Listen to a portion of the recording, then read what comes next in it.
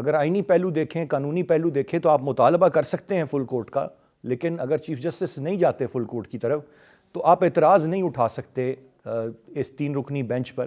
लेकिन आपने पहले से उसको सारे मामले को मुतनाज़ बना दिया। देखिए, हमने मुतनाज़ किसी चीज को नहीं बुलाया।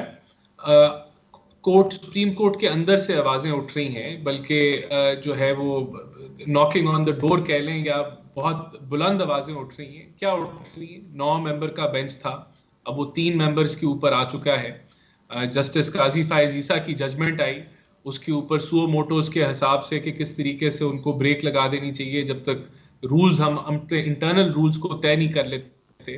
फिर मेजॉरिटी का फैसला, 4-3 का फैसला, कोर्ट के अंदर जो जस्टिसेस हैं वो खुद उसको कह रहे हैं ये एक बड़ा अहम सवाल है, आईनी कानूनी सवाल है 4-3 वाला। तो फिर उसके बाद जजेस रिक्यूज कर रहे हैं। फिर उससे पहले सवालात उठते थे कि बेंच फिक्सिंग की जाती है या होती है। आज उन सवालात जो है वो भरपूर तरीके से, मैं समझता हूं, ये जो पिछले चंद दिन गुजरे हैं सुप्रीम कोर्ट में, वो और वाजे हो चुके हैं। तो ये सारी चीजें जो हैं ये किस चीज को पॉइंट आउट कर रही हैं?